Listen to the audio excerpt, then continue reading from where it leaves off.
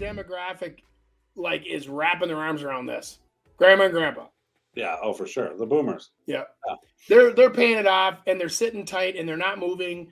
I mean, this is part of the so we remember, do you remember back when we were talking about this before? We were being told that when the baby boomers start to phase out of the workplace, they're going to stop buying cars, they're not going to buy clothes, they're going to downsize, they're not going to travel as much. These baby boomers have not stopped living the life. And they still buy things and they buy new cars. And I mean, they're out there traveling and they're still owning the houses that they own, that they raise their families in, because they don't see the value in selling it, because the replacement is almost as high as the sale. So like, you know what, we'll just stay put, rural remodel or whatever. And those houses now are paid off and sitting there and stabilizing a market that should be very unstable right now. And it confuses a lot of people. They're like, this market should be absolutely flipped on its head right now. And that's why it's not. So thank you, baby boomers, for owning your houses free and clear. But aren't the baby boomers the ones that are getting the blame from the millennials?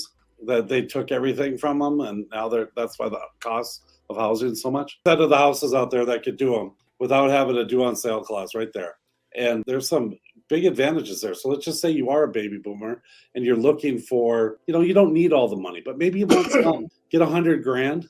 Yeah. Get 6% on your money. It's probably, then again, there's some savings accounts that are paying 5% right now, but that'll change, as the rates go down. You can kind of lock yourself in even for a few years, but you'll get a lot more money, for the place because you're offering that. So just the same thing you talk about buy downs. Same exact thing. Yeah, and they can create it themselves rather than let the banks make the money. Well, even like I was sitting there and I go, okay, I got 10 years left on this mortgage over here. Even though I'm only paying 4.5% interest, you start doing the math on that and you go, it's about $100,000 balance. So I'm paying $4,500 a year to hold that balance, and plus this, plus that. And then you're going, maybe I should pay that off and, and take the money out of savings. And with that being said, 40% are paid off free and clear, but there's another 40% of the marketplace that has significant equity, like over 60%. I mean, it's crazy. Yeah. So there's a big portion of the market too that is very stable. And then the remainder is a lot of the newer buyers that are coming into the market with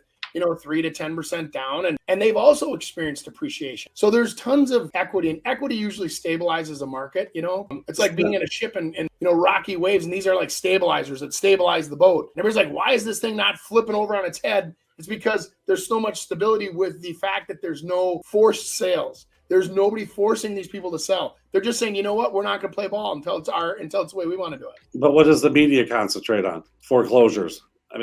All the doom and gloom stuff. And yeah, it's just not bad out there. It just isn't. And there's still people looking and they're willing to pay for stuff. And what did I read the other day? A stat on that foreclosures have doubled since 2021. And I go, wasn't there a moratorium in 2021 that they couldn't foreclose on houses? So basically it went from nothing to almost nothing. Yeah, and they're like, yeah, it's like almost 1%. And I go, most markets are 3%, 2.5% historically.